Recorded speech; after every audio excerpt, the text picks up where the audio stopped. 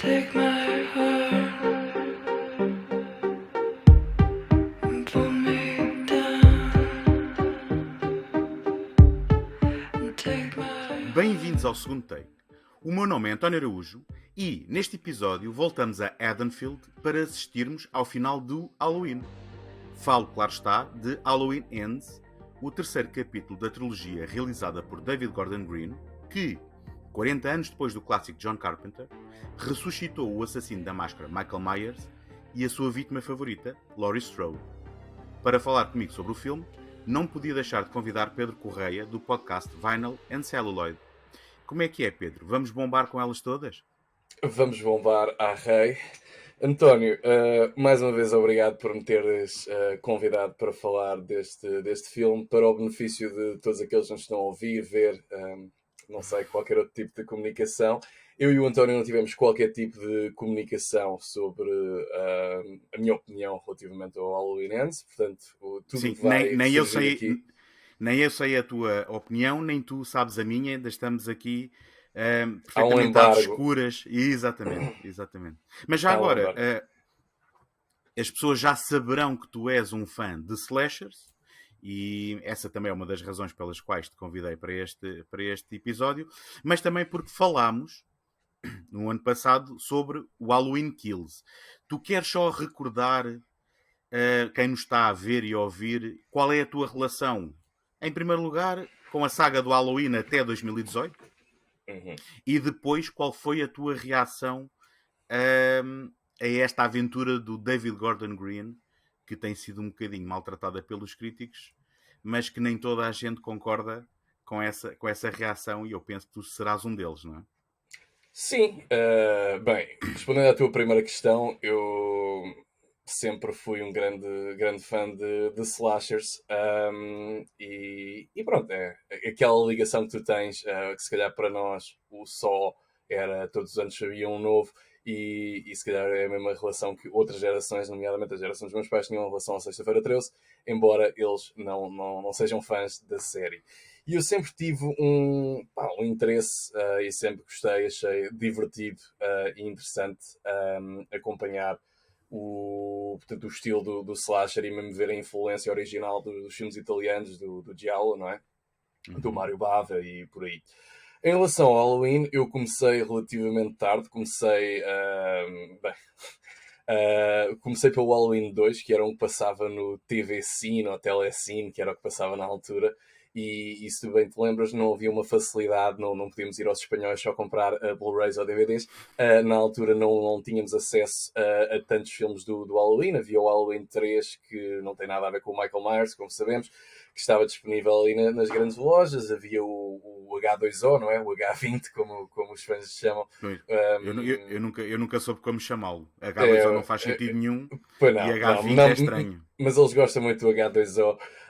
E havia o Halloween Resurrection. Portanto, haviam muito poucos títulos que valessem a pena disponíveis. Portanto, só quando descobrimos outros, ou eu descobri outros canais e outras formas de ter acesso a estes filmes, é que pude completar a saga do Michael Myers.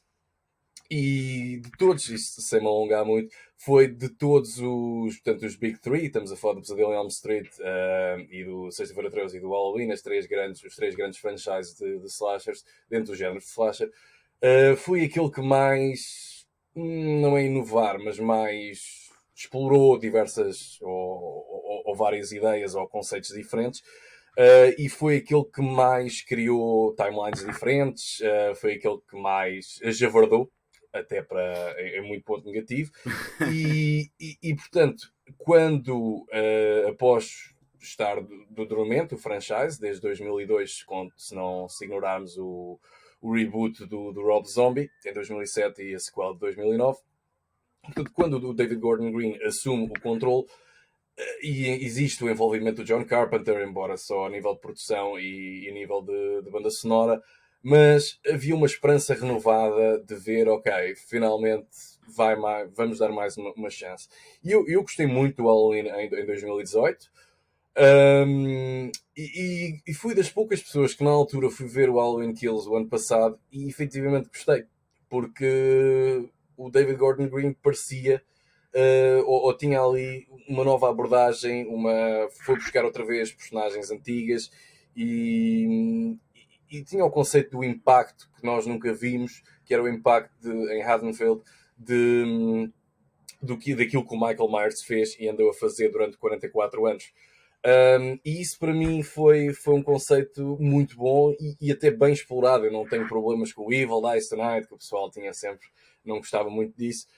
Portanto, eu gostei do Halloween Kills e mantenho, fui rever a minha crítica e gostei. E o que nos leva, portanto, agora à conclusão desta série, Sim. através do Halloween Ends. Já agora, deixa-me só partilhar que eu tenho uma relação ligeiramente diferente da tua, tanto com a saga original, porque eu passei muitos anos em que gostava do Halloween do John Carpenter, só que nunca persegui as sequelas, até que houve um ano em que decidi que ia vê-las todas, ia pelo menos marcar essa checklist e quer dizer, foi um bocado por obrigação. Não posso dizer que sou um fã da saga ou até um fã em particular do slasher, muito embora já no caso, por exemplo, do Sexta-feira 13, também fiz questão de vê-los todos. Penso por acaso nunca vi o Jason Goes to Hell, acho que tenho aqui uma falha, mas o resto gosto sempre pelo menos de ver uma vez para poder opinar. Eu sou o eterno otimista que até ver o filme não sei se ele é bom, se é mau, quem sabe se de repente o capítulo 8 é uma obra-prima. Só uma à parte, por exemplo, é curioso teres pegado nesse que não viste, a parte 9, não é? O Jason Goes to Hell. Também foi um filme que explorou, tentou fazer algo diferente e a meu ver resultou. QB, não vou dizer que é uma obra-prima, mas é um ponto de contenção com os fãs, não é? Tens aí malta que és um idiota. É de extremos, não é? Exato. Ou se acha que funcionou e que é algo pelo menos refrescante e original, ou então que foi um tiro completamente ao lado. Sim. Mas eu, com o David Gordon Green, eu gostei do Halloween 2018. Eu também, é assim, eu não costumo dar estrelas, mas e eu não revisitei o filme, acho eu, ou pelo menos só o vi mais uma vez. E teria de o ver outra vez, se calhar, para perceber porque é que eu gostei dele em 2018. Mas a verdade é que gostei, fiquei entusiasmado e, como as pessoas poderão atestar, já agora, eu estou aqui com as minhas cábulas, eu falei do Halloween de 2018 no episódio 156 do segundo take, isto ainda só em áudio, onde também falo do original, e aí perco-me bastante tempo a falar do original. E depois nós falámos no 302, também ainda só em áudio, não há vídeo no YouTube, do Halloween Kills. O Halloween Kills, que se revisitarem essa conversa que eu e o Pedro tivemos, eu já não fui grande fã. E se calhar não me vou alongar muito, porque vou transportar algumas das queixas que tinha na altura para este filme. Mas, então, sem mais demoras, e Pedro, vou-te pedir que comecemos por ter uma conversa evitando spoilers e depois havemos de falar abertamente sobre o filme, mas vamos avisar as pessoas que estejam a ver e a ouvir que possam não ter visto o filme, só dar a nossa opinião primeira sem estragar o que é que acontece, falar genericamente do filme. Qual foi a tua reação ao Halloween Ends, ou em português o brilhante título Halloween : o final? Isto é a estreia absoluta, tu não sabes, quero reforçar que não sabes a minha opinião. Eu saí da sala de cinema com uma sensação de alegria, positivismo. Achei o filme positivamente brilhante. Achei que... não consigo. Não, o filme é uma bosta. Horrível.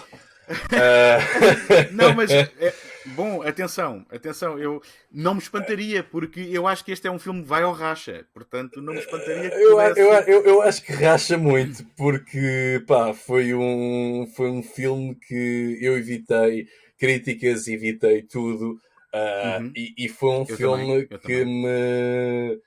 que mesmo assim me surpreendeu pela negativa.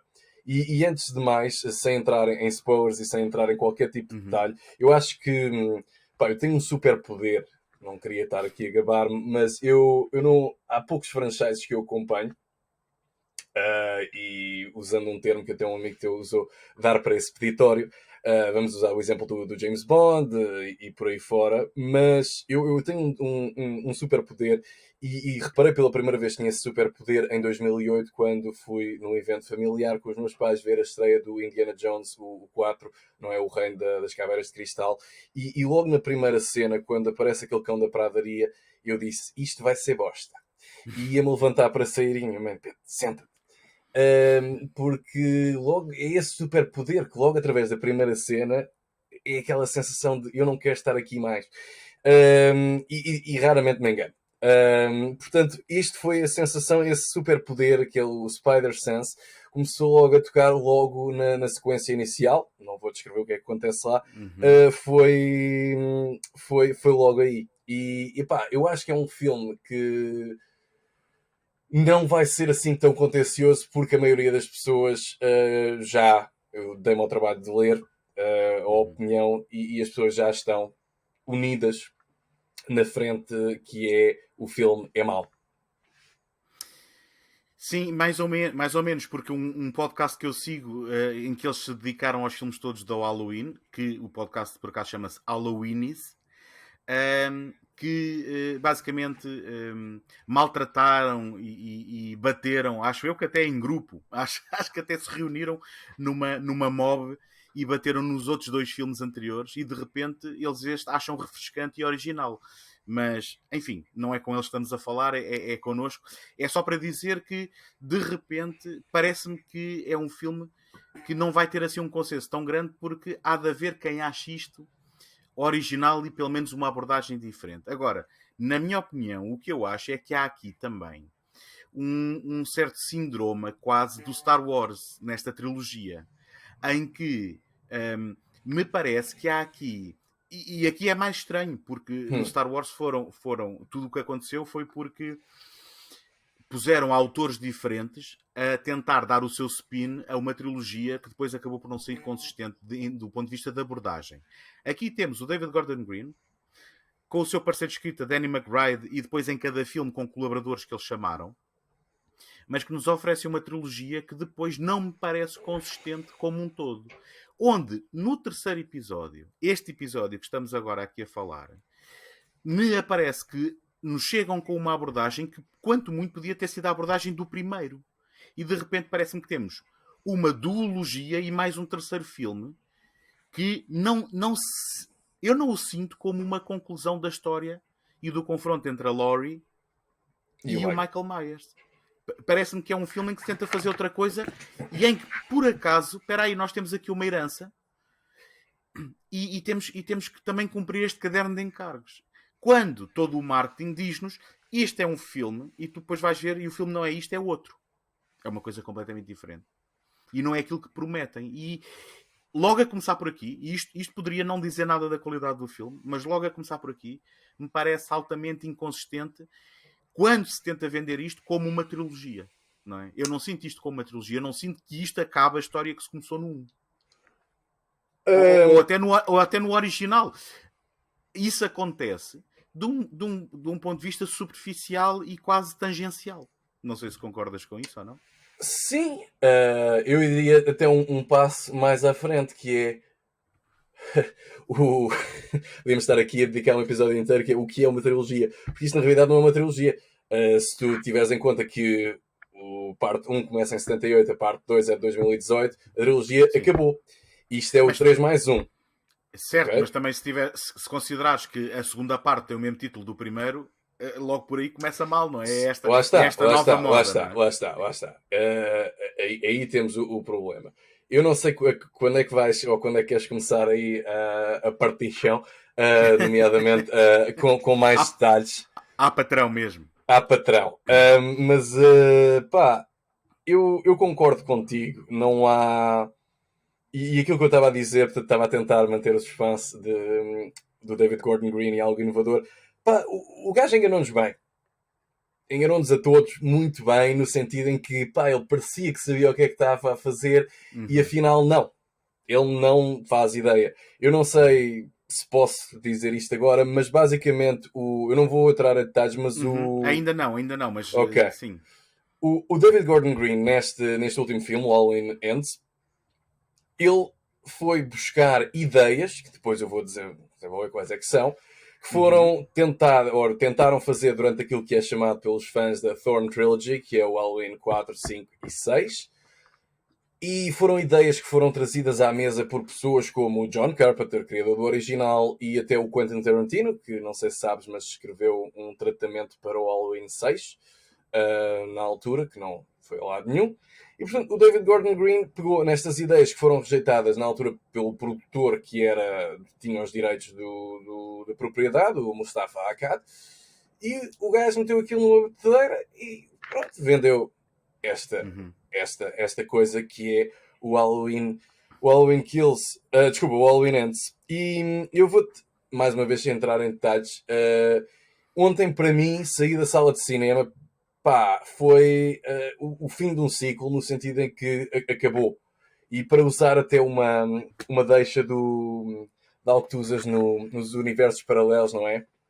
Eu, já chega a deixa, eu não vou ver mais nenhum reboot, remake, requel, retcon, nada. Não vou ver o Scream 6, não, acabou. Percebes? Eu, se quiser ver um slasher... Isso é radical. Isso é radical. Não, pá, porque... Imagina que o Scream 6 é uma obra-prima. Não, eles vão também meter... só perdeste 1h30 da tua vida também. Sim, mas eles vão meter aquilo em Nova Iorque. Eu já vi o Jason lá, tá bom. Vão de barco também ou não? Vão de barco? Não sei, se calhar vão também filmar em Vancouver e depois dizer... Mas, pá, acabou, percebes? Não, se eu quiser ver um slasher, se quiser ver algo... Eu já evito os remakes. Não tenho paciência nenhuma. E este aqui foi mesmo o ponto final. Pronto, ok. Já, se eu quiser ver alguma coisa, vamos revisitar o original. Não vale a pena, ou visitar as sequelas que foram feitas na altura. Não vale a pena ver algo novo. E usando então agora a deixa de uma pessoa que tu deves adorar. The line must be drawn here. This far. No further. E gostaste? Logo Jean-Luc Picard de domingo de manhã? Certo, mas escuta, antes de partirmos para outras galáxias, eu sinto que tu estás mesmo, pronto, magoado, não é? Sinto que estás a lamber as feridas aqui na ressaca do filme. Mas, por exemplo, cada vez que alguém me diz que não vê remakes ou que não gosta de remakes, eu tenho que relembrar que A Mosca do David Cronenberg é um remake e que o The Thing do John Carpenter é uma remake, portanto... Eu estou a falar de remakes modernos por exemplo, o Poltergeist, o Cemitério Vivo, se calhar até o Children of the Corn que vai sair em breve. Portanto, não sei, tipo, há uma lista, ninguém está. Eu ainda no outro dia vi o The Blob, o original de 58. E eu vi aquilo e disse, que grande treta. E lembro-me de ter adorado o remake do 88 do Chuck Russell. E eu vi o original e disse, não percebo o estatuto de culto que isto tem, até para a altura.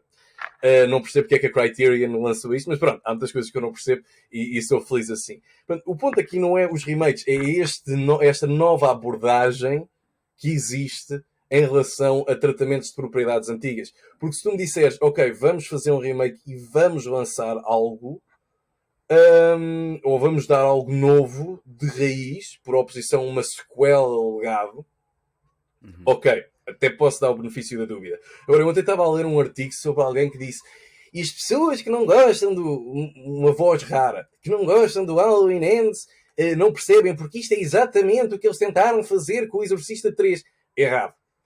O Exorcista 3 nunca foi o objetivo de chamar aquilo Exorcista 3. O William Peter Blatty... Era o Legion, sim. Era o Legion, o livro, tudo aquilo que ele escreveu. Portanto, é uma abordagem completamente diferente. O estúdio decidiu encafuar uma cena com o exorcismo e decidiu chamar aquilo Exorcista 3. Portanto, isso está errado. E mesmo que queiramos ir por aí, no Exorcista 3 tu não tens uma propriedade com 44 anos de história, com uma heroína querida pelo público, ou uma personagem querida pelo público, que interpretou essa personagem em 6 décadas diferentes.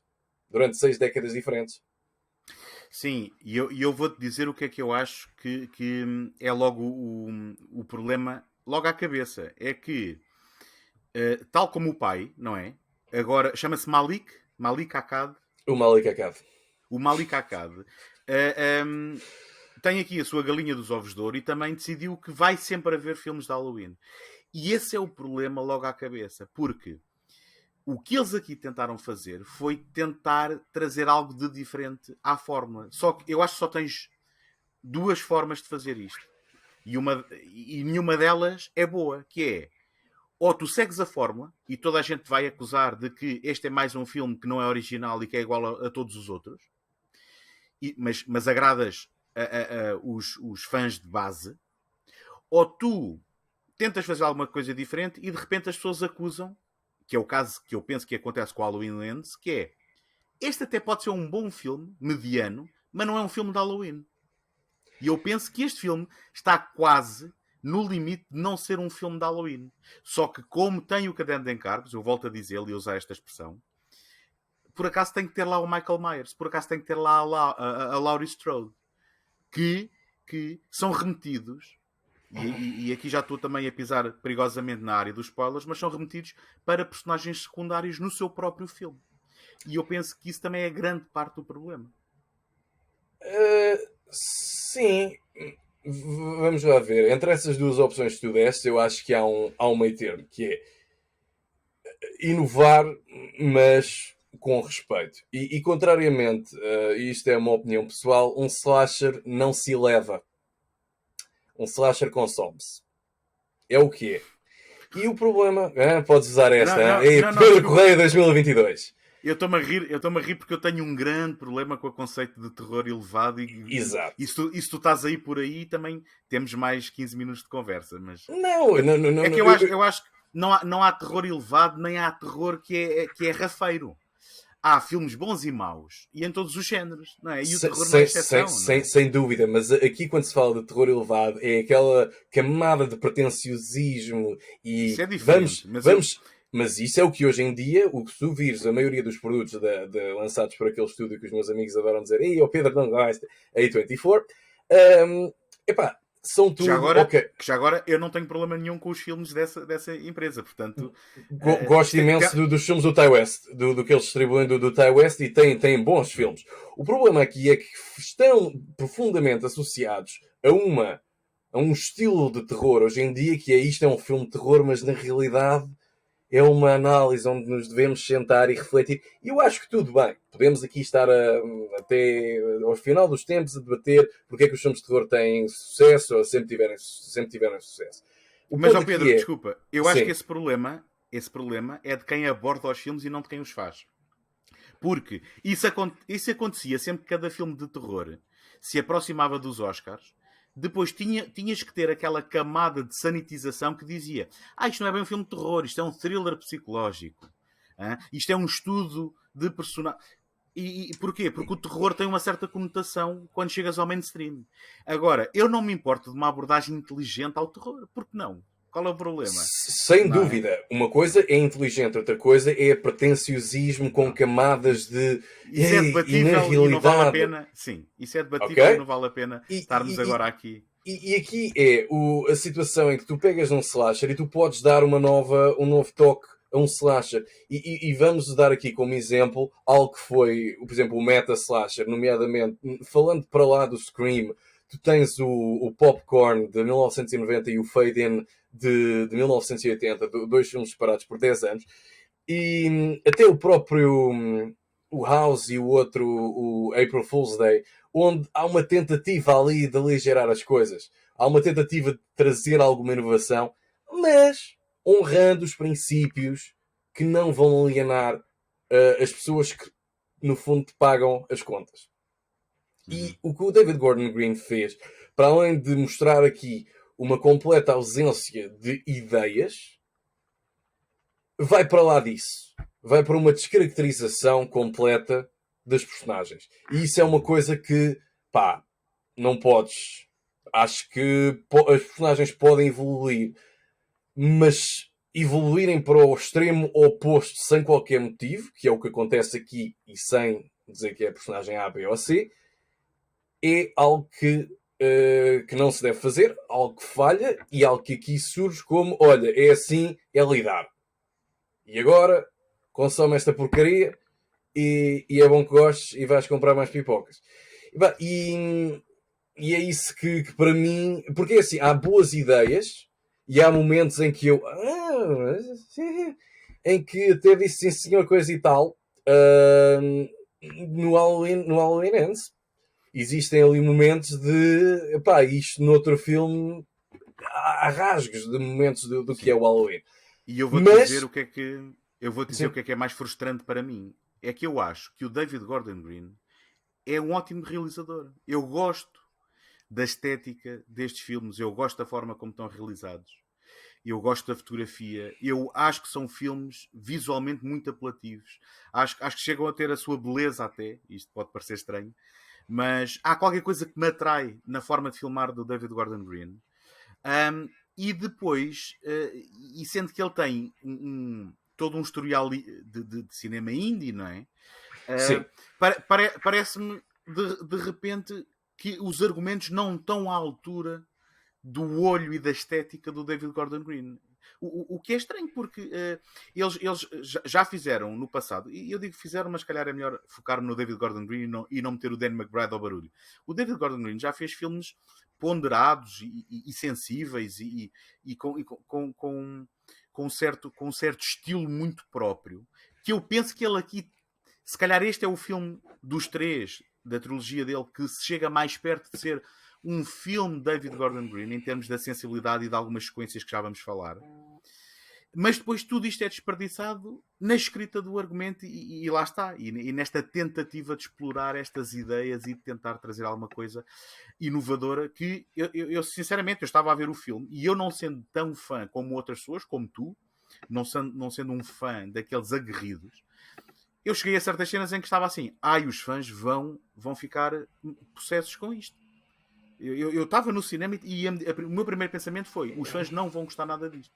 Isto está a desvirtuar aquilo que é o que as pessoas gostam nestes filmes.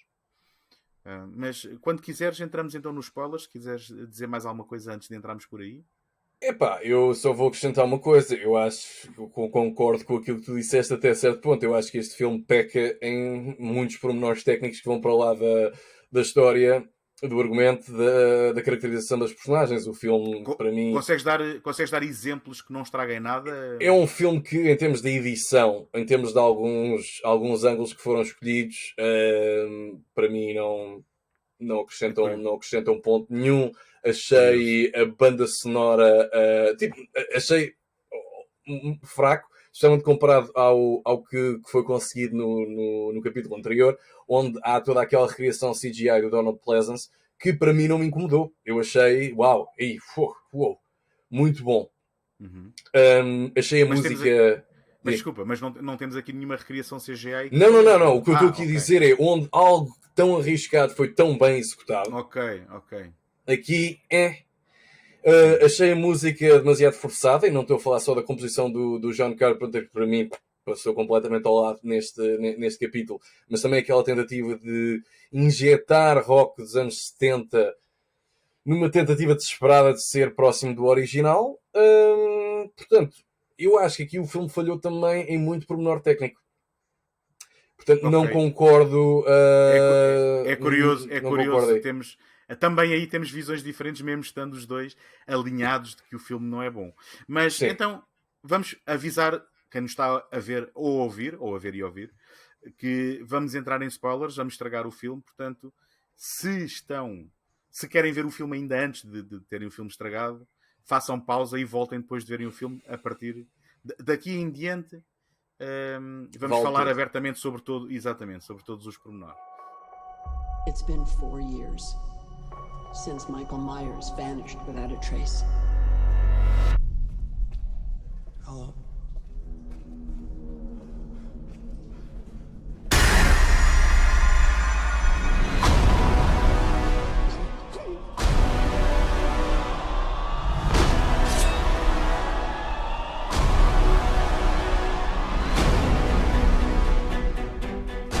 Pedro, queres só explicar muito brevemente o que é que acontece no filme e porque é que então, digamos, o espírito do Halloween é tão desvirtuado? Bem, eu acho que vamos começar com o que é que acontece no filme, com o facto de quando o chavalito cai lá de cima, quando o gajo manda com a porta, eu parti-me a rir. Foi aquele momento em que tipo o puto, ui, pum, e eu... Mas eu acho que é suposto ter uma costela de humor muito negra, essa cena. Eu acho que é encenada para provocar essa reação desconfortável. Eu fui o único na sala, aliás, eu fiquei ali a pensar um bocado, a refletir na minha própria vida, tendo sido a única pessoa. E depois, quando tu começas a ver aquela cena icónica dos créditos de abertura da abóbora a vir por trás da abóbora, eu, ok, Mas espera, vamos ter... Ok.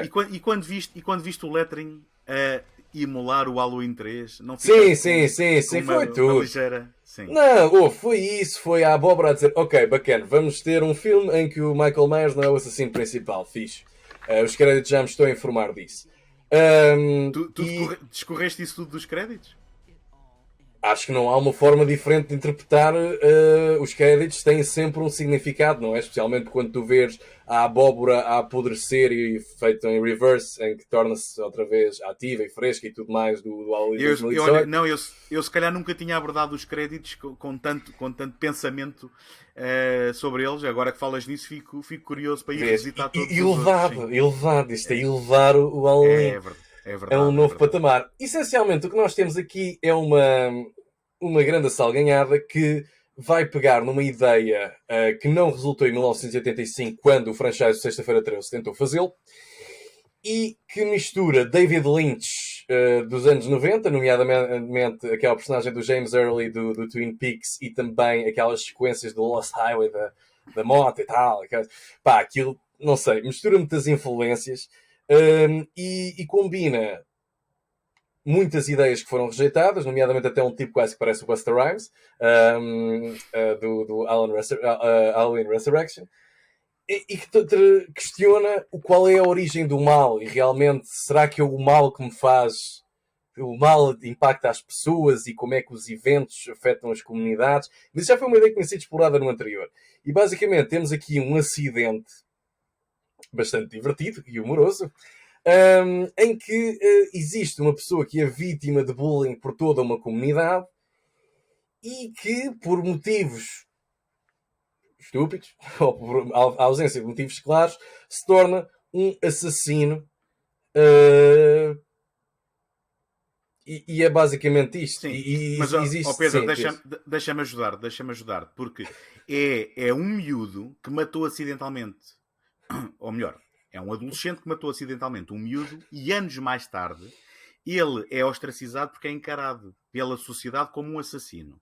E é aquela eterna questão de, se as pessoas pensam que tu és de certa forma, tu acabas por corresponder às expectativas das pessoas, não é?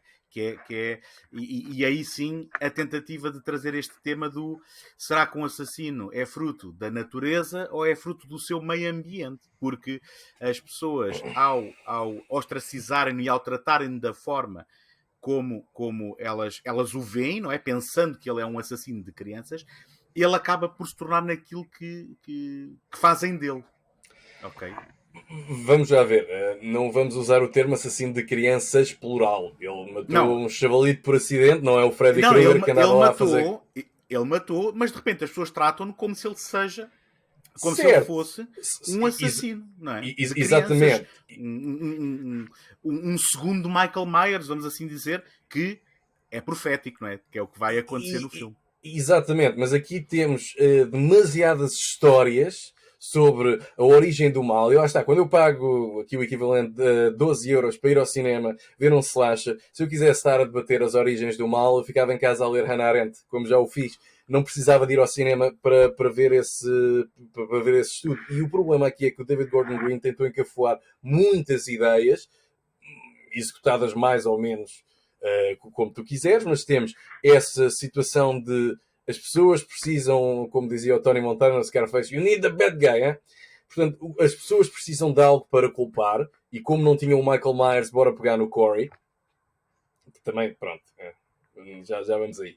Depois, o facto da Laurie Strode também está, de certa forma, envolvida, passando de vítima, quase um caso de estudo do síndrome de Estocolmo, não é? Onde ela própria passa a matar. E depois, no fim, tens também um debate sobre, essa self-fulfilling prophecy, onde se uma pessoa, se todos dizem que tu és isto, então sim, tu acabas por ser isto.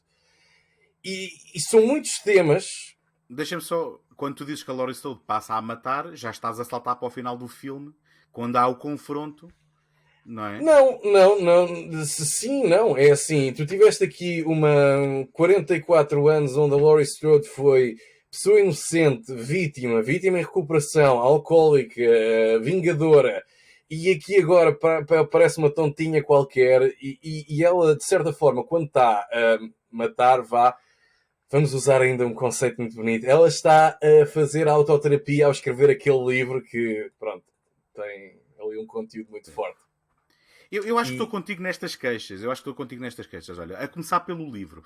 O livro não é mais do que um dispositivo narrativo para termos voz off num filme que tem que nos explicar o que é que está a acontecer. Ora, isto num terceiro capítulo de uma suposta trilogia, num 1+3, para mim parece-me problemático, logo à cabeça. E depois tudo o que tu estás a dizer, eu também acho que concordo no sentido em que a personagem da Laurie não é a mesma que entrou no Halloween e no Halloween Kills. Exatamente. Está inconsistente. A personagem Não está há. inconsistente. Ela é tudo. Tudo neste ela filme, ela é o que precisa de ser neste filme e não aquilo que era a pessoa que evoluiu dos anteriores, parece-me a mim. Sim, mas tu viste, ela patetinha, que é tarde. Agora vou escrever um livro muito sério, não sei o que, is it Halloween killing me or am I killing Halloween? E depois, mas tu tens, já lá vamos, mas tens sequências incríveis com ela, nomeadamente aquela cena do suicídio, da tentativa de suicídio. Não, mas é uma tentativa ou é uma armadilha? Eu acho que nunca foi uma tentativa de suicídio. Toda a encenação, deixar-te na dúvida, deixar-te das mazelas que ela tem desde 78, desde 2018. Também aquela situação, bem, ela outra vez esconde-se no roupeiro, que ela também passa a vida dentro dos roupeiros, mas não um roupeiro metafórico, literalmente está dentro do roupeiro. E ela, depois, aquela cena onde ela está tipo assim, ligeiramente agarrada, também a imitar o Halloween, onde ela, depois de matar o Corey, quase que tu pensas, eu transformei-me aquilo que andei a lutar contra. E aí, se calhar, tu pensas que ela vai efetivamente meter um balásio. Digamos que há ali pontos muito bem executados e eu por momentos acreditei que, olha, é assim que a Laurie Strode vai, tipo um bocado como o Terminator, estás a ver? Enquanto eu existir, a outra parte também, Yin Yang, estás a ver? Achei que até poderia haver ali uma esperança e não. Voltando só a um ponto que toquei no início, sobre as ideias e os conceitos que são abordados neste filme, isto foram tudo ideias que não são, mais uma vez, originais. Portanto, o John Carpenter, em 82, quando escreve a sequela Halloween 2, 81, perdão, ele escreveu aquilo às 3 pancadas. Depois, quando finalmente... À conta de muitos six-packs de cerveja, sim, segundo ele. Exatamente, é verdade. E nota-se. Depois, a seguir, quando o gajo volta a ter algum controle, ele cria uma história que não envolve o Michael Myers, algo mais ou menos utilizado aqui. Em 1988, quando há uma tentativa por parte do Menahem Golan, o nosso amigo, de comprar os direitos do Halloween e tentar atrair o John Carpenter a voltar ao franchise, ele quer desenvolver o conceito em que como é que a cidade de Haddonfield reage aos eventos e um assassino que na realidade é mais um espírito do Michael Myers, mais uma vez um conceito abordado aqui. Sim, este é o conceito, se calhar, principal aproveitado aqui, não é? Sim. Exatamente, mas o Mustafa Akkad na altura disse, não, tá bom. E na altura, depois, bem, só concluindo isto, depois tens em 1900, devido ao sucesso do Halloween 4 de 88, em 89 há uma sequela que é apressada em termos de produção, lançada menos de um ano depois da parte 4, onde a ideia original iria explorar o conceito da Jamie Lloyd ser, portanto, a sobrinha do Michael Myers, filha da Laurie, ser a assassina. Mais uma vez, uma ideia que foi rejeitada pelos estúdios, uma ideia aproveitada aqui. E a ideia para o Halloween 6, que depois foi efetivamente lançado em 95, escrito pelo Quentin Tarantino, em que o Michael Myers se juntava ao Man in Black, uma personagem introduzida e depois esquecida, como muitas coisas na Thorn Trilogy, em que iam os dois pela Route 66 a matar pessoas.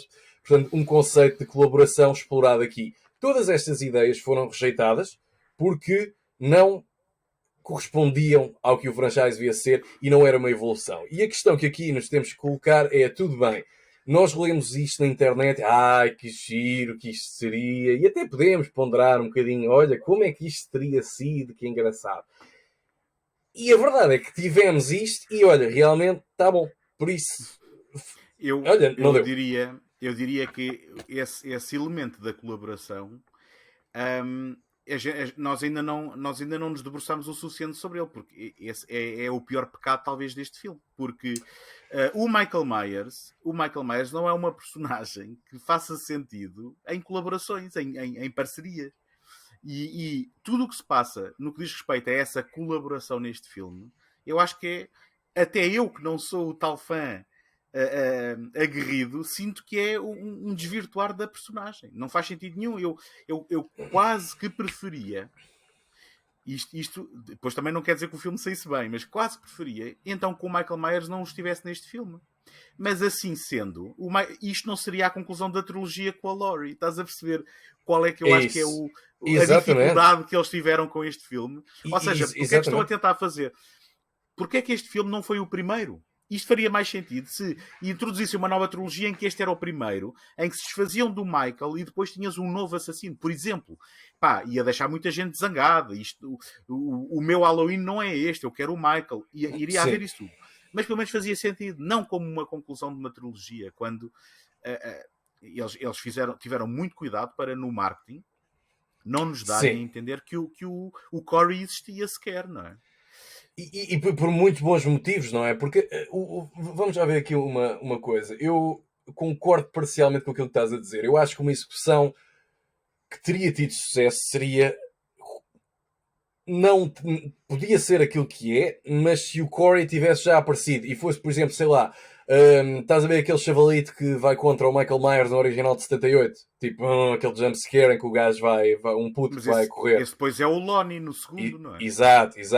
Se o Lonnie, ou se houvesse este gajo, o Corey, tivesse tido uma side story qualquer que desse quase aquele, muito subtil, mas está aqui a acontecer qualquer coisa, estás a ver? Sim, para depois a Alyson não ter que se apaixonar por ele em 2 minutos, não é? Sim, isso é outra coisa que não faz sentido nenhum.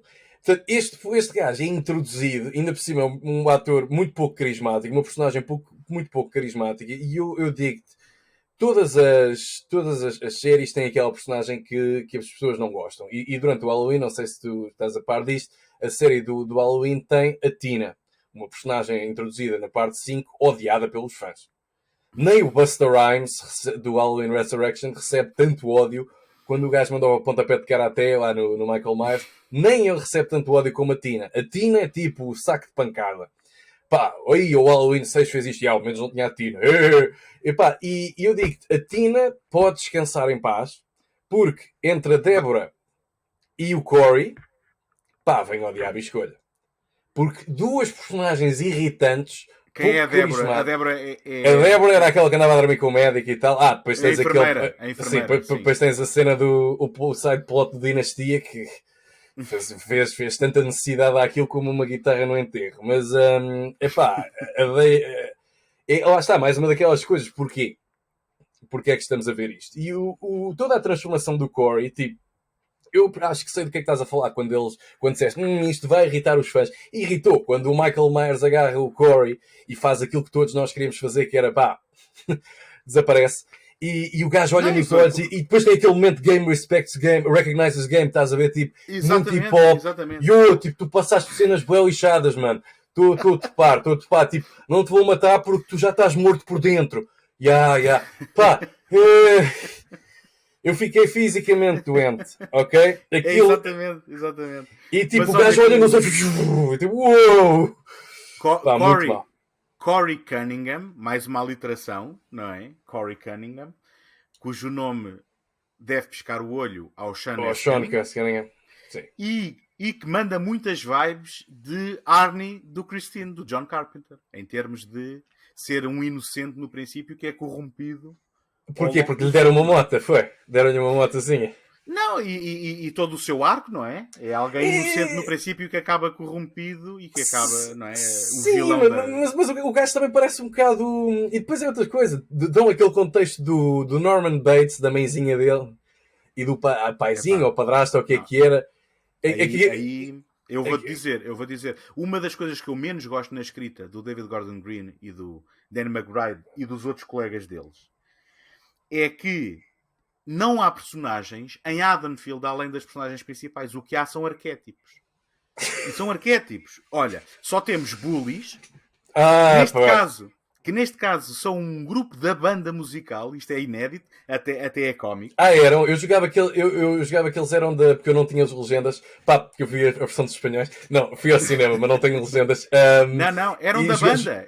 Era a malta da banda. Estás a ver? Eles até disseram que tinham vindo da banda. Mais uma vez, é demasiado 2022 ser inclusivo. Agora a malta da banda também é bully. Passaram de bully para bully. Olha, temos pessoas intolerantes, não é? Como tens a Laurie a ser acostada à saída do supermercado por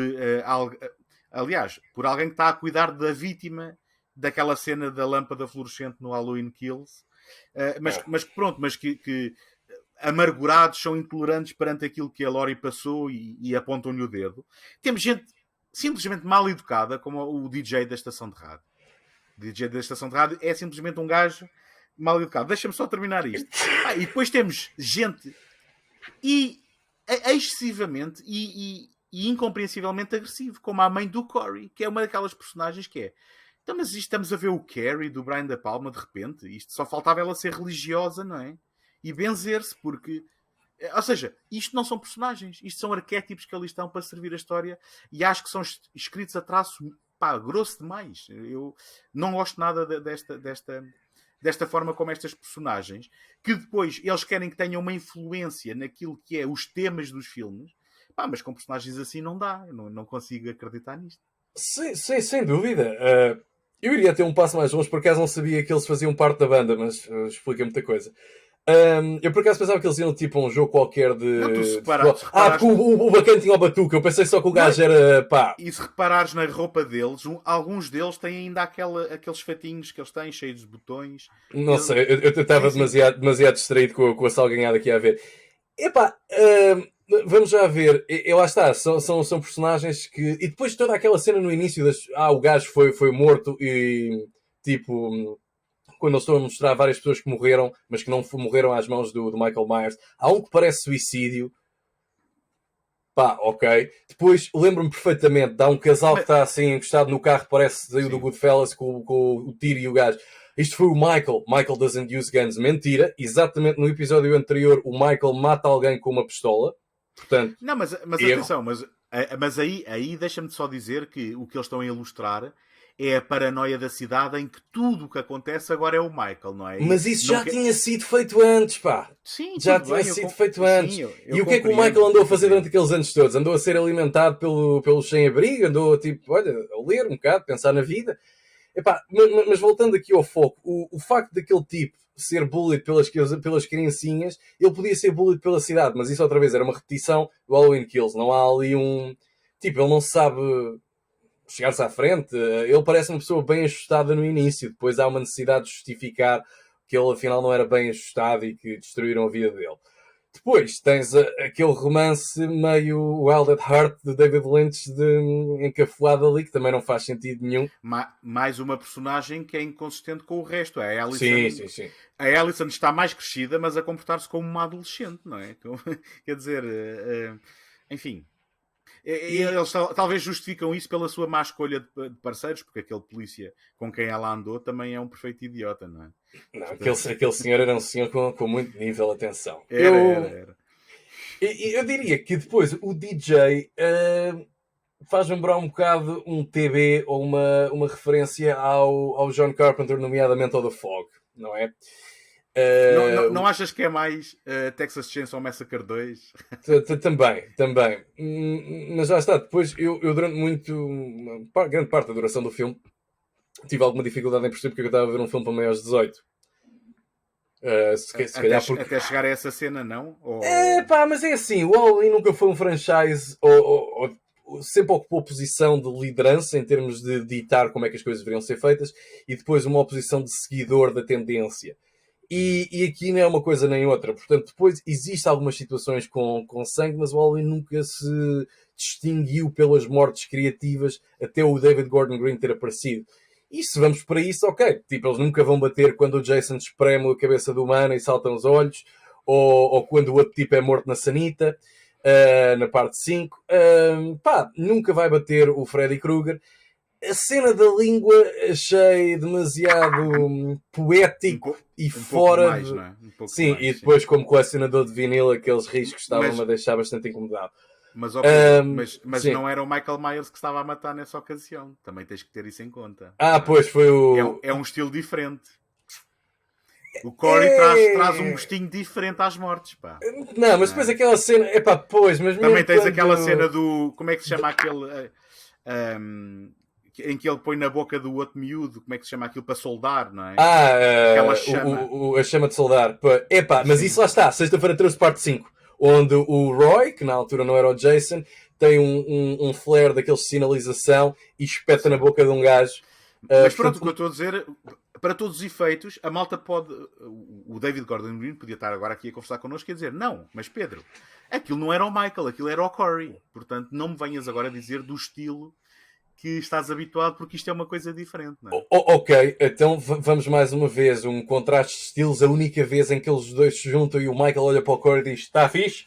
Que é aquele quando o gajo mata o médico e depois, off-screen, e depois matam a Débora, ele mata a Débora da mesma forma como havia milhentas pessoas, que é contra a parede, faca no estômago e depois inclina assim a cabeça como... E ela fica depois, pendurada como e ela fica pendurada. Pronto. É a única. Lá está, pronto, mais uma vez. Então somos falados de estilos. O gajo só sabe fazer essa. E depois olha para o Corey, estás a ver? É assim que se faz. Porque depois aquela cena do aprendiz e não sei o que mais, eu continuo sem perceber, e isto faz muita confusão, porque é que nunca houve a necessidade de colaboração e como é que aquela colaboração resulta? Porque o gajo, há uma vez em que o Michael nunca teve pachorra para ninguém e há uma vez em que vai, ensina-me, não sejas assim, e começa tipo a enxovalhar o Michael e o Michael está bem, pronto. Ó Pedro, por isso, 2 dias depois de ter saído o filme, já circularem memes.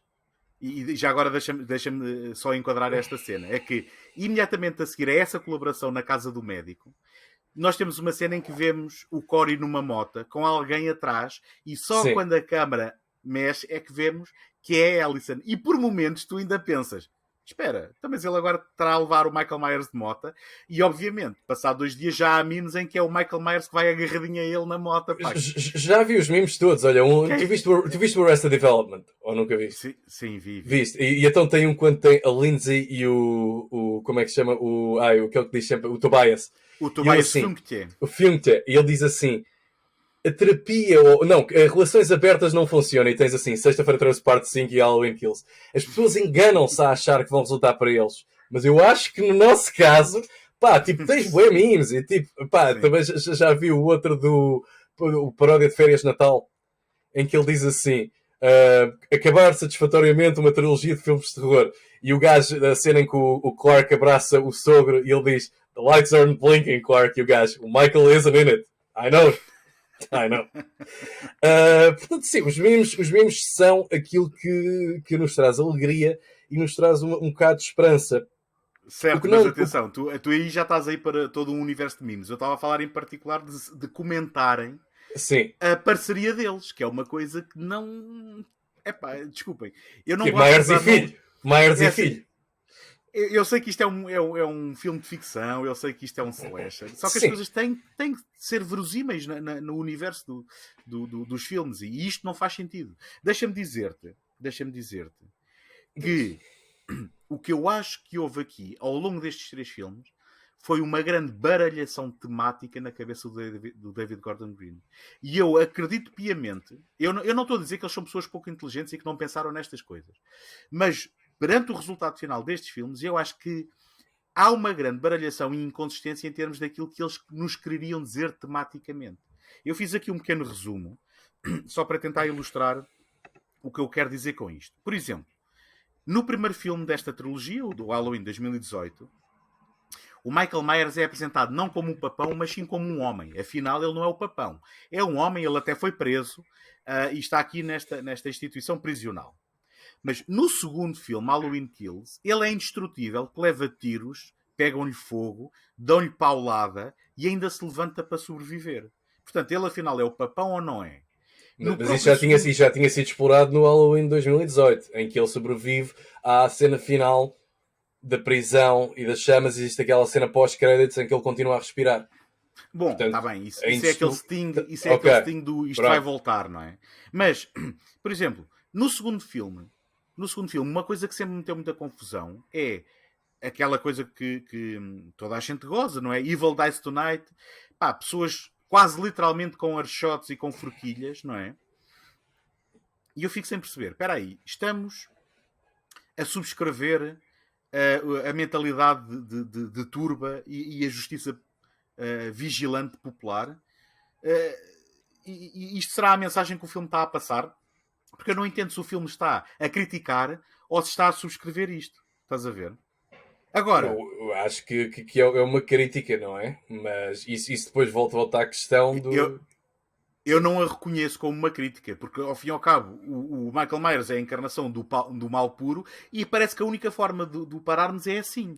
E isto no momento em que na América é muito problemático também falar de violência. Sim, Quer dizer, sim, será sim, sempre, será sempre. sim. Mas, agora, voltando à questão do é o papão ou não é? No terceiro voltamos a ter.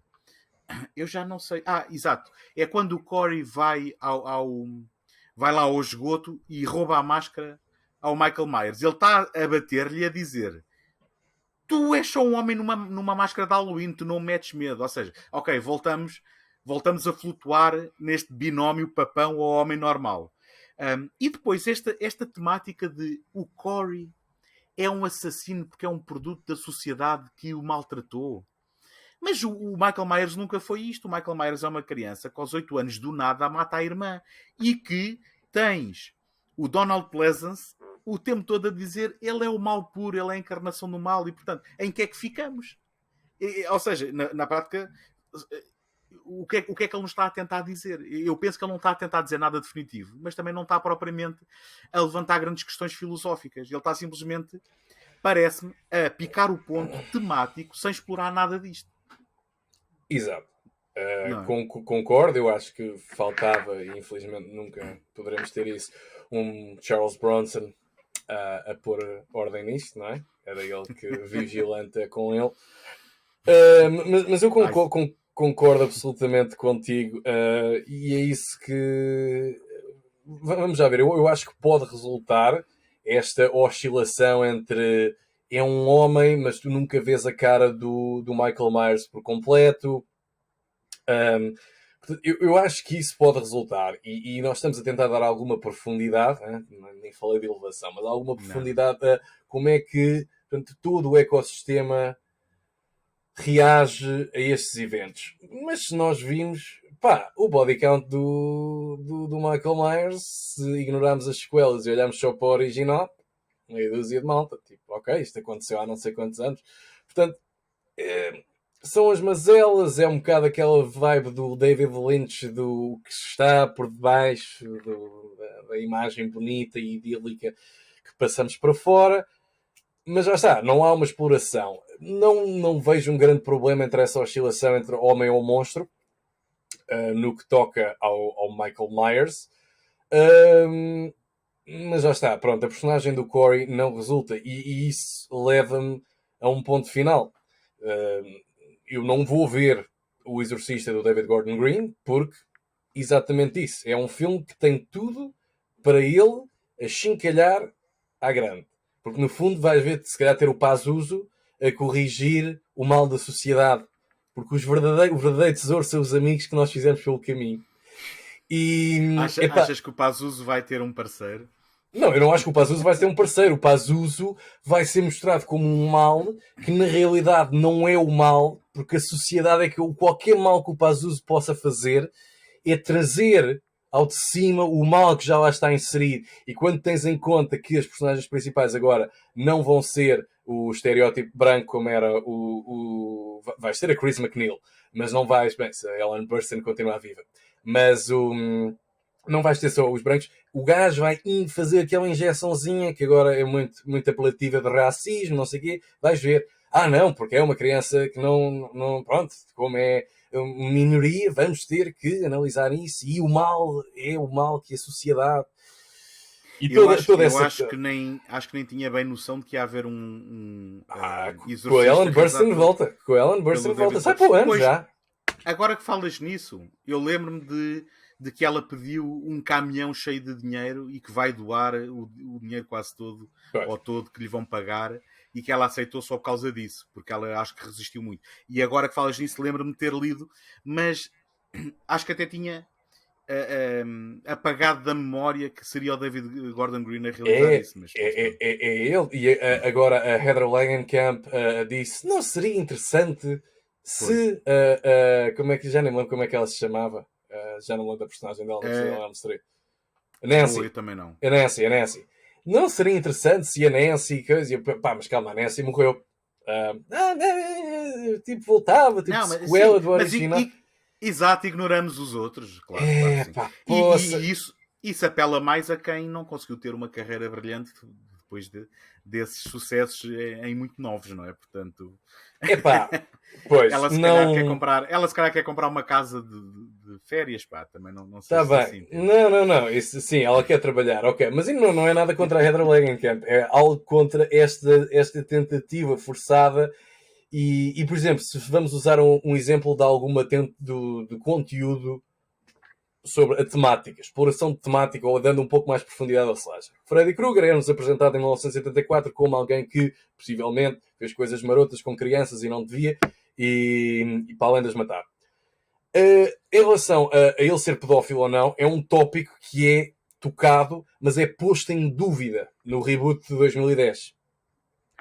Até certo ponto, quando dizem, não, efetivamente o gajo já fez isso. O gajo é um grande sacana. Podia haver aí um espaço para aquela interpretação. Será que, lá está, o self-fulfilling prophecy, eles disseram que ele fez isto e não houve margem para, portanto, não havia margem para dúvidas, e como tal, eles é que criaram este monstro. Como durante muitos anos tiveste aí teorias o Dr. Loomis foi responsável pela criação do Michael que nós temos pós os eventos de 1962 ou 63, ou o que é que foi. Sim, porque ele também parecia bastante descontrolado. Sim, o gajo era tipo, parecia o Chef Brody a disparar contra o ar. Pum!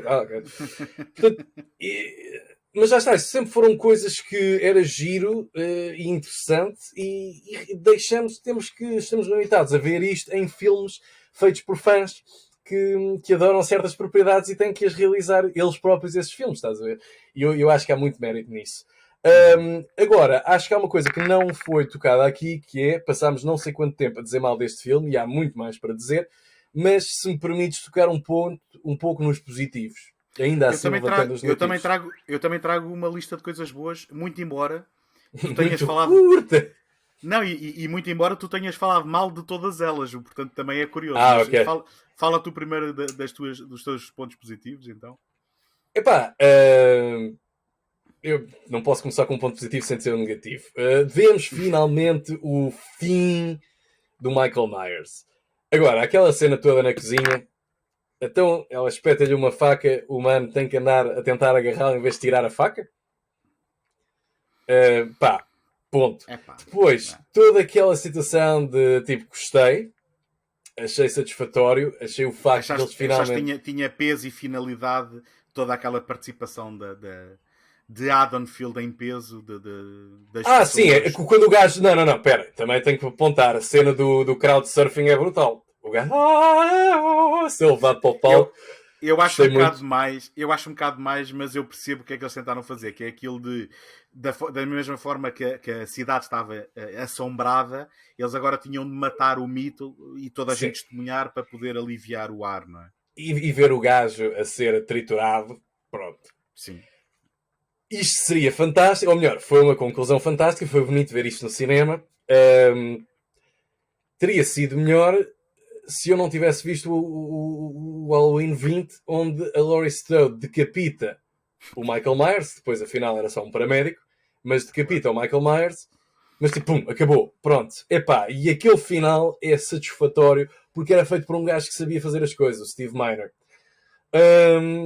Este aqui, gostei, mas já está, teria tido mais impacto se nunca tivesse visto aquilo. Gostei da parte do crowdsurfing a ser brutal. O pessoal tipo estava a elevá-lo a estatuto. Certo. Brutal. Mas Eu fico Sim. curioso, eu não quero estragar outros franchises para quem possa estar a ouvir-nos, mas está muito na moda agora matar os heróis, não é? E eu estou muito curioso porque são franchises que já declararam abertamente que vão continuar. E eu fico, quero Será saber que vão? como é que. Será que Ai, vão? Eu acho que o Akkad, o filho, continua com aquela de que vai haver sempre Halloween e nunca vamos parar de os fazer. Portanto, o Bloom, o Jason Bloom já disse que não vai ser uma produção Blumhouse, o próximo. E que o Malin Akkad agora faça o que quiser. Mas que ele já disse que vai continuar. E, portanto, Certo. eu agora quero ver a criatividade. Fico sempre curioso para ver a criatividade dos argumentistas de agora o que é que vão inventar para continuar a isto. Mas nunca houve necessidade de criatividade, não é? Portanto, Bom, é verdade, mas não deixe de ficar curioso.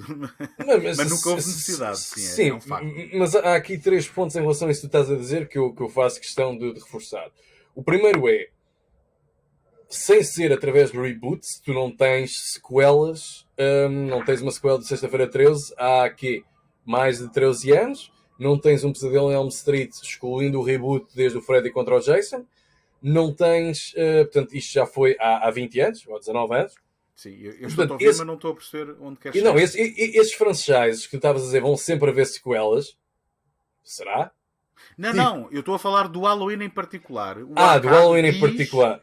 Diz que vai haver. Ele diz certo. que isto não vai deixar de os fazer. Certo, ok. E o outro ponto é, em termos de criatividade, nunca houve necessidade, porque tu viste o Jason do Sexta-feira 13 ser cortado aos pedaços e na parte 6 há um raio que magicamente une o gajo. Nada bate o Freddy Krueger voltar porque um cão lhe mija fogo em cima, não é? Sim, pois, essa também foi muito engraçada. Mas o Freddy Krueger, vamos já ver, o Freddy Krueger sempre teve aquele elemento de... Se o Freddy Krueger se unisse a outra pessoa, como fez na parte 2 ou assim, tu tens que matar para eu voltar a viver, eu compro isso. Porque sempre teve aquele elemento mais esotérico. Agora, com esta desculpa do retcon e do vamos ignorar a parte 2, 4 e 27 e se fazer apenas uma sequela em relação à 5, à 14 e à 22, torna-se cada vez mais fácil, não é? Tudo daqui a bocado... Sim, claro que sim. Não é? Mas ainda assim fico curioso para ver que twist lhe dão, estás a ver? É um bocado como o Star Trek do J.J. Abrams, que eu acho que eles foram brilhantes na forma como justificaram, não é, a existência de uma nova tripulação, novas caras, e portanto há espaço para que as pessoas sejam criativas. Não é preciso, os filmes depois vão vender à mesma, e filmes de terror têm sempre retorno. Agora, eu gostava que fosse original, não é? É assim, tem sempre retorno, ponto e vírgula. Tens que ver que há filmes aqui que foram sempre de fracassos, não é? Filmes de terror que fracassaram efetivamente na bilheteira. Flutua a popularidade, mas no limite há sempre um nicho que vai querer ver. Certo. Enfim. Agora, se queres falar, por exemplo, de propriedades que continuaram a dar e vender, tens o Hellraiser. Eu não vi o novo, eu não vi nada para lá do Hellraiser 2, mas isso sempre foi uma situação onde tu tinhas, olha, alguém chegava lá com uma ideia, tem aqui uma ideia bué da fixe, que é de um autocarro que tem uma bomba, e se o autocarro vai abaixo de X velocidade de X, explode. Ok, isso parece fixe. Mas e se esse autocarro fosse o autocarro do inferno? Bacana. Halloween 5. Desculpa, Hellraiser 5. Highway to Hell. E, portanto, tipo, o que eu estou a dizer é, se alguma pessoa que tenha uma ideia sobre qualquer coisa, nem que seja um gato assassino, eles podem arranjar forma de ligar aquilo a um franchise. O que eu pessoalmente vejo nos slashers hoje em dia, nós vivemos numa era, quer do queiras quer não, uma era de ouro no que toca, no diz respeito a cinema de terror, que há para todos os gostos. Tens o cinema europeu, tens o cinema de Elevated, tens os slashers, tens o que tu quiseres. Tens e 2022 está a ser prolífico mesmo em termos de bilheteira, não é? Exatamente. Estamos a falar de um filme que foi o que o Smile, Smile 2 fins de semana. O Barbarian também liderou. Tens agora o Halloween, que vai terminar este fim de semana, não é? Já não lembro que outros filmes de terror, mas tinha visto, nunca... Não, Hellraiser no streaming. Sim, no streaming. Pois, tu agora também tens de ter em conta o streaming, não é? Portanto, tu nunca tiveste... Quer dizer, toda a gente esqueceu, mas tiveste o massacre no Texas também, Mas na isso Netflix, ainda bem que nos esquecemos, não é? O ponto aqui é, tu tens vozes, ignorando David Gordon Green, tens aqui vozes incríveis que tentam fazer algo novo com a homenagem e tudo mais, como é o caso do Ty West. E eu pessoalmente preferia, por exemplo, ver se calhar algo melhor conseguido, como foi o caso do o Shocker. Pearl e o X, não é? Sim, Acabaste exatamente. de falar no Ty West, não é? Claro que sim. Mas, por exemplo, um remake do Shocker, do Wes Craven, que é um filme esquecido pelas massas, que foi a tentativa do Wes Craven recontrolar, ou recriar um Freddy Krueger, que depois não deu lá em nada. Uhum. Mas eu gostava de ver um remake. Agora, também tens muito esta... Espera, Pedro. Disseste-me Sim. que nunca mais ias ver remakes. Como é que gostavas de ver o remake do Shocker? Então. Não, Cito lá, calma. pronto. Não. Eu fui claro. O remake sequel que ignora a parte 24 e 23. Ok. E remakes de coisas que não foram bem conseguidas. Eu não tenho nada contra... Vá, as requels. As requels e também remakes desnecessários, como tu O disseste. side quels. Sim, há uma melhoria em relação ao original. Fantástico. O Poltergeist. Tens necessidade de fazer remake do Poltergeist 72? Não. Não, mas não sabes se é melhoria até o veres. O problema é esse. É aí que eu quero chegar. Um gajo basta ver o trailer já. O trailer não para. Pois, tu tens aquele sexto sentido. Mas olha, É o sexto sentido. íamos falar de coisas positivas e nem conseguimos. Começámos Porque não a falar há. de outras coisas. Não há. Eu só te queria aqui dizer que tens muita coisa fixe para ser conseguida e novas ideias. Vamos dar espaço a essas novas ideias em vez de estar a forçar coisas que... Pronto, milk da cow. Mas falando de coisas positivas que tu gostaste muito deste filme, conta-me. Mas então, qual era a tua positiva? Não era nenhuma? Não, eu gostei de algumas partes, de algumas interações, especialmente quando a Laurie volta a ser a lutadora e volta a ter aqueles rasgos de Linda Hamilton no Exterminador, que é, tu pensaste mesmo que eu ia e tipo, arrebenta o outro gajo, eu não sei se aquilo era um plan, o Corey, pronto, forte. O Corey finalmente ter ido com os porcos foi uma coisa satisfatória. Adorei, foi uma coisa incrível.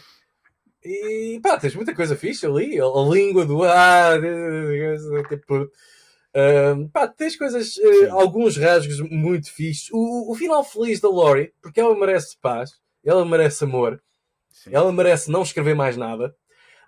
Aquele computador devia de ser apagado, a memória toda. Há muita coisa, muitos toques positivos, e especialmente quando eles atiraram, cada vez que eles davam pancada no Corey, eu sentia-me, não sei se sentia-me bem, sabes o que é? Porque eu pessoalmente também queria ter feito aquilo, porque o gajo é irritante. Isso é uma forma de te agradar num filme, é dar-te uma personagem irritante e depois bater-lhe. Basicamente, assim vão sair sempre por cima. Sempre. Olha, eu das minhas coisas positivas, é como digo, eu acho que já deitaste todas elas abaixo, mas ainda assim eu vou reiterar. Vamos. Eu repito que gosto da direção do David Gordon Green, gosto da estética dele. Eu gosto da música do John Carpenter. Eu se calhar não a distingui. Bem, atenção, do John Carpenter, do Cody Carpenter e do Daniel Davis, convém dizer. Eu não sei se distinguiria entre este e a música do segundo e a música do primeiro. Parece-me que neste eles retraíram-se um bocadinho, porque o segundo, como tem todas aquelas cenas das pessoas pela rua à procura do Michael, parece-me mais musculada, talvez. Ainda assim, eu gosto de ouvi-la. E era aquilo que estavas a falar agora da língua. Eu sei que não é propriamente a panágio desta série, mas gosto da violência e de onde eles vão com as mortes, do ponto de vista da originalidade, não é? Isto sinto-me sempre estranho a dizer isto, que gosto da originalidade das mortes. Mas pronto, isto é um filme de terror, é uma franchise de slasher, é suposto que haja alguma inventividade neste capítulo.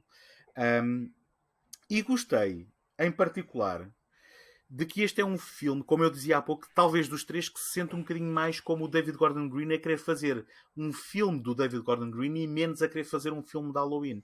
E então, ainda assim, apesar de eu não achar que está brilhantemente escrito, tem mais momentos para as personagens respirarem. Tem algumas cenas até reminiscentes de Michael Mann dos anos 80. Aquelas cenas em que eles vão na moto. Tu foste buscar David Lynch. Eu fui buscar Michael Mann mais por causa da banda sonora. Porque eu descobri aqui a primeira cena da mota em que ele vai com a Allison, o Corey vai com a Allison, é ao som de uma música chamada Come to Me, de Johnny Goth, eu não conhecia. E depois há uma sim. segunda cena ao som de uma banda que eu entretanto fui descobrir e que já ouvi um álbum e que eu gosto muito. Para quem gostar de música synth pop, eletrónica, é uma banda chamada Boy Harsher, que tem aqui uma música chamada Burn It Down, num rework, um remix da música Burn It Down destes Boy Harsher, que dão, de repente, oferecem um mood a umas cenas num filme de Halloween que tu não estás nada à espera, que é, epá, porque é que eu estou a ver esta malta andar de moto ao som deste som? E foram momentos em que eu me endireitei na cadeira, do género, espera, o que é que eu estou a ver? Obviamente que aquilo depois não teve continuidade, foram pequenos fogachos ali no meio, mas de uma forma geral, tu falaste mal da banda sonora, mas quer dizer, ouvimos The Cramps, não é? Ouvimos Dead Kennedys. Eu nunca vou falar mal de uma banda sonora em que ouvimos The Cramps e Dead Kennedys. E se calhar torço mais o nariz quando ouvimos uma versão Muzak do Don't Fear the Reaper, dos Blue Oyster Cult. Onde é que ouvimos? No supermercado, estás a ouvir uma versão Muzak do Don't é? Fear the Reaper. É. E depois que eu estava à espera, estava à procura para onde os créditos finais, onde é que tinha aparecido. Não, só que a questão é essa, foi de género. Eu reconhecia, porque ela é proeminente, já agora, para quem não sabe, no filme de 78, não é? E ouvi e disse assim, cá estão eles com a homenagem. E depois o filme acaba e tens que ter exatamente a música que eu achei um bocadinho demais, mas aí já achei um bocado exagerado. Mas regra geral, agradou-me a utilização da música no filme, portanto, também queria acabar a falar de coisas positivas, não queria ser só aquele tipo que vem aqui bater no filme, e foram estas as minhas. Eu vou-te só nesses pontos, é assim, eu achei, por exemplo, algumas escolhas, nomeadamente na sequência inicial quando o puto decide voar. Já agora eles estão na noite de Halloween a ver o filme The Thing de John Carpenter, exato. Convém tal como eles estavam a ver o The Thing no original de 78, não era? Eles veem o The Thing original. O The Thing dos anos 50, exatamente. Certo. Portanto, quando o chavalete decide voar e descobre que não consegue, mas o puto também era irritante, portanto, pessoalmente. Pois era. Mas lá está, não há ninguém em Haddonfield que seja uma boa pessoa. Ou pelo menos se há, eles não o mostram nestes filmes. Portanto. Não, eu fiquei muito triste da senhora não estar a ter um caso com o Corey, porque eu gostava muito que, e na realidade, ele fosse o filho do Corey. Mas isso eu gostei de todos os momentos de dinastia. Não gostei dos momentos de dinastia do filme, mas pronto. Mas pá, estás a ver, até a própria escolha de alguns ângulos nessa sequência, não gostei. Em relação à música, e foi aí quando estava a falar, pronto, tipo, alguns cortes rápidos, algumas escolhas de mostrar o plano largo dele ao fundo a bater no Michael e não resultou para mim. E cortam alguma da atenção. Em relação à banda sonora, eu estava a falar da banda sonora, o trabalho feito pelo John Carpenter, porque assim, eu gosto muito do trabalho dele, até inclusivamente os álbuns que ele fez da trilogia do Lost Themes, que são músicas de filmes que ele nunca fez e não existem e não têm nenhum propósito. Portanto, é um trabalho bastante criativo. Aqui é algo mais restrito e menos impactante. Quando eu falei, e eu quero voltar a ouvir a banda sonora, são alguns desses momentos que tu dizes que te retiram de um filme do Halloween e te colocam numa coisa... Sim. Mas algo que não é o Halloween, vamos assim dizer. São bons momentos, mas não são bons momentos para um filme de Halloween. O problema é esse. E não, eu não estou a criticar as músicas ou aquilo que foi escolhido, estou a criticar apenas porque é que estamos a ouvir isto.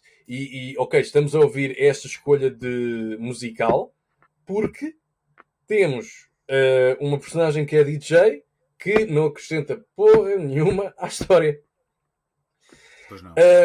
Mas curiosamente eu ontem espreitei o Halloween Kill só para me pôr também para me preparar para esta conversa, para me pôr no mood, e essa rádio já lá está proeminente, já lá aparece. Mas não me chateou na altura. Não porque não é dado este protagonismo e porque de repente o DJ não é um idiota, não é? Ou pelo menos não sabias no segundo que o DJ é um idiota que sem razão nenhuma decide insultar as nossas personagens. Portanto, Na realidade é isso que o Halloween nos diz. As pessoas são idiotas, portanto, sim, o mal... aliás, eu estou aqui a falar da inconsistência temática, mas se calhar é muito consistente. O que o David Gordon Green nos quer dizer é que ele tem uma visão muito cínica do mundo e toda a gente é um palhaço e um esterco que tem a potencialidade de criar assassinos nos outros, não é? Exato, o gajo basicamente está a apontar assim o dedo e diz: a culpa é tua. E tipo, quase, Exatamente. olha, se o gajo tivesse feito este em 3D era brutal. No final do filme, boa noite. O meu nome é David Gordon Green e estou aqui para dizer você é um idiota. Só faltou armar-se em Michael Haneke e fazer um filme para dizer porque é que vocês gostam disto, hein? Porque é que vocês gostam disto? Pois, garotos. Ele vai fazer isso no Exorcista, em que o Pazuzu, na realidade, é o bem. Eu acho que é isso. E pronto. Mas, olha, vamos ver o que é que vai saindo, o que é que vão saindo destas coisas e que filmes de terror é que teremos aí mais. Eu acho que, pronto, acabou e realmente acabou porque nem o David Gordon Green se vai envolver mais nisto, mas eu duvido que o David Gordon Green se queira envolver mais numa coisa tipo slasher. E pá, olha, é pena, porque eu quando ouvi dizer que íamos ter um remake ou uma continuação, ou quiser chamar, do Halloween realizada pelo David Gordon Green, eu fiquei positivamente curioso para ver o que é que ia sair dali. Pá, ou seja, porque isto não é a Marvel que vai buscar pessoas talentosas para digamos... Achincalhar. Sim, constrangir naquilo que é a sua criatividade e as controlar, não é? Porque toda a gente sabe que a Marvel vai buscar pessoas talentosas, mas é talento recente que ainda não tem muito voto na matéria e que podem ser... etc. Pronto. Agora, quando eu vi este, eu pareceu-me, olha, isto parece mesmo alguém a querer ir buscar alguém talentoso que pode ter uma visão original e que pode trazer alguma qualidade e, portanto, pá, eu tenho pena que tenha sido uma experiência falhada. Para mim foi sempre em decrescendo. Gostei do primeiro, não gostei muito do segundo, pá, e este saí da sala com as mãos na cabeça. Mas uma coisa aqui que queria dizer, por exemplo, de grandes vozes que fizeram coisas boas e trouxeram inovação a franchises e que não tinham esse background, o Jean-Pierre Jeunet e o Alien 4, não é? Resurrection, dá um exemplo de uma coisa fantástica. Tu estás a ser irónico, não estás? Estou. Eu por acaso não desgosto do Alien 4, mas isso era toda uma outra conversa, está bem? Tudo bem. Não, o que eu estou aqui a dizer é... Okay, eu não posso ter só pessoas convidadas no segundo take que venham cá concordar comigo. Também preciso de gente que discorde, não é? Exato. Muito embora não tenhamos gostado os dois deste filme que viemos falar hoje. Sim, mas é assim, eu não sou contra trazermos vozes e novas perspectivas, porque é a única forma que temos de efetivamente se calhar fazer algo ou fazer com que a história avance, sem ser um bocado mais do mesmo. Isso resultou QB com o Scream 5, outro grande sucesso de 2022. Eu acho que toda a temática de, gozar com isso do reboot e não sei o que mais e tudo, não sei o quê, foi um tributo muito sincero ao Wes Craven, sem ao mesmo tempo deturpar as coisas. Agora, há um título que eu te ia dizer que, por exemplo, não há necessidade. O People from Under the Stairs, o People Under the Stairs, vão fazer um remake produzido pelo Jordan Peele. Porquê? Qual é a necessidade? Porque se calhar é alguma oportunidade para fazer, de ser algum comentário racial, não? Sim, mas o original já era. O original já era uma... Eu por acaso nunca vi, tenho que ver o original é uma crítica pura e dura à América do Reagan. Ponto. Não há... E é daquelas que é tipo chapada na cara como o George Carpenter no They Live. Não há forma de falhar, de não perceberes aquilo e dizer isto que eu estou a fazer. Eu não quero prolongar esta conversa muito mais tempo. Tudo bem. A verdade é que tu estás chateado, estás aborrecido. Não.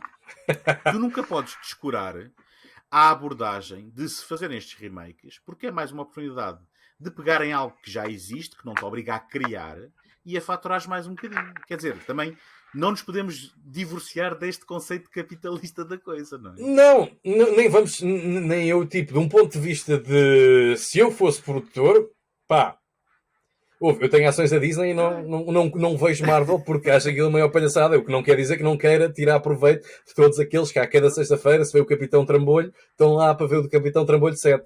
E imagina, é assim, olha, quantas pessoas conhecem o People Under the Stairs? Olha, se calhar não suficientes. E se calhar até passa por um filme original. Já está ali um argumento. Sim, mas o Vamos Jordan ver um- Peele não é gajo de ir lá rebuscar nessa macacada, embora tenha estado envolvido com o Candyman, não é? Certo, também não vi, também ainda não vi. Pronto. O ponto aqui é então é tentar algo novo, como por exemplo um downside muito limitado, como é o caso do Lamento. Vamos falar agora da melhor voz do que toca em slashes, é o Ty West. E a filmografia dele é consistentemente boa. O House of the Devil de 2009. Pá, tu tens grandes vozes, tens grandes talentos aí, que por favor não os metam com propriedades antigas, mas se querem fazer algo novo, querem fazer algo diferente, pá, então arrisquem, tentem. O Wes Craven, por exemplo, fez isso em 94, não foi bem recebido, tentou outra vez em 96. Pá, vamos tentar explorar aí novas temáticas e novos ângulos e deixar estas coisas onde estão. Se quiseres, vemos um Halloween 4 de 88, que eu não tive problemas. Eu digo-te, a minha tolerância para estas coisas é muito grande. Eu não tive problemas quando eles excluíram o Michael do Halloween 3, não tive problemas com a máscara diferente do Halloween 4. Vi o Ice, não, era o LL Cool J, ou o Ice Cube, ou o Ice T, ou não sei, o 7-Up, e o Busta Rhymes lixar aquela porcaria toda. Vi isso tudo. Até vi o Rob Zombie armado ao pingarelho. Os filmes do Rob Zombie armado ao pingarelho. E nada me incomodou tanto como ver isto. Pronto. Portanto, Aqui fica. Pois, eu não sei se também não tem um bocado a ver com a tua relação ao descobrir os filmes que já existem há anos versus a expectativa de ver um filme novo no cinema. Possivelmente também tinge estas experiências, mas enfim, isso se calhar é conversa para outras alturas. Olha, eu agradeço por teres aceito vir falar sobre um filme tão doloroso para ti. uma experiência traumática. E hás de voltar com certeza, se quiseres, se aceitares os meus convites futuros, que vão existir de certeza. Para falarmos do Exorcista, vais-me obrigar a ver o Exorcista do David Gordon Green. Vamos tentar falar de um filme que gostemos para a próxima. Talvez esta questão do blackout não seja a ideal. Mas por outro lado também é interessante falar de filmes que não gostamos. Sim. Eu estou aqui com a minha cábula. Eu não vou sequer fingir, mas tenho aqui a minha cábula, porque vou aproveitar para te convidar a ti, Pedro, e a todos os que nos estão a ver ou a ouvir, para virem ao Porto no próximo dia 3 de dezembro ao Cinema Passos Manuel para a primeira edição do Nalgas Film Festival. Isto é um festival organizado pelos nossos amigos do podcast Nas Nalgas do Mandarim, onde vamos ver algumas curtas-metragens portuguesas de realizadores como Ricardo Machado, que já esteve aqui no segundo take, do Luís Alves, do Francisco Lacerda, do Filipe Melo, e vão haver outros acontecimentos lá.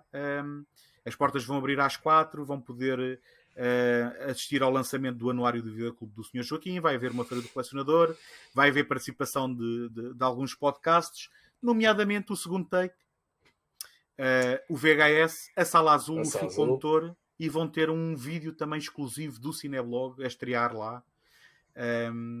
Portanto, neste primeiro Nalgas Film Festival. Portanto, ora, aquilo dia 1 é feriado, dia 2 metem a ponte, dia 3 vão ao Porto e fazem disto um fim de semana. Portanto, não percam. Eu tenho só uma pergunta. Já tinha visto o programa e pronto, como sabes também eu falo muito com os sujeitos da Sala Azul. Queria-te só perguntar se vai haver uma participação especial da tua banda, a Sociedade Brian Usna, ou não. Não consegui reuni-los a tempo. Não conseguiste reunir a Sociedade Brian Usna? Não, quer dizer, vamos ser honestos. Por acaso, já agora, desculpa, no final da noite vai ser exibido um filme que se chama Anguish, do Bigas Luna, além destas curtas-metragens. Eu nunca me lembro de dizer isto, mas também é capaz de ser um bom ponto de interesse. É assim, eu vou ser sincero, eu nunca consegui reunir a Sociedade Brian Usna. Neste momento só estou eu e toco ferrinhos, portanto preciso de um vocalista, de um guitarrista, de um baixista e de um baterista. Portanto, a nova Sociedade Brian Usna. Se quiseres, se tocares alguma coisa, Pedro, estás convidado para te juntar à banda. Portanto, olha, muito bem. Mais uma vez, muito obrigado. Obrigado eu por me teres tido aqui. A todos vocês que estão aí ainda, espero encontrar-vos aqui no próximo episódio. Até lá, boas filhas. Bons filmes.